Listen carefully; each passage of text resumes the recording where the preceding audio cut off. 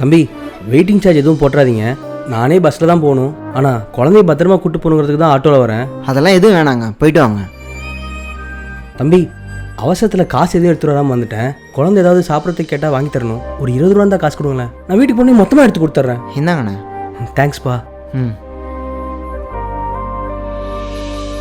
தம்பி போகலாமா? போகலாண்ணே. எங்கண்ணே குழந்த? நான் தான் குழந்தை. எது புரியல?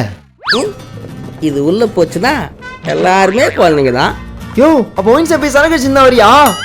அப்போ நீ வாங்கின 20 ரூபா கூட சைடிஸ்க்கு தானே? ஆமாம். யோ என்னையா பண்ணுது? குழந்தைக்கு பசிக்குதுன்னு நினைக்கிறேன். போய் ஆட்டோ எடுப்போ. ஏய், குழந்தை உள்ள இருக்கிறது ஞாபகத்தில் வச்சுன்னு மேடு பழம்லாம் பாட்டு வரணும், புரியுதா? யோ, நீ ஒயின் ஷாப் போய் சரக்கு ஸ்டோர் வரைக்கும் என்ன வெயிட் பண்ண வச்சுட்டு மேடு பழம் பார்த்து ஓட்டணுமா? தப்பா பாரியா? போடலாமா?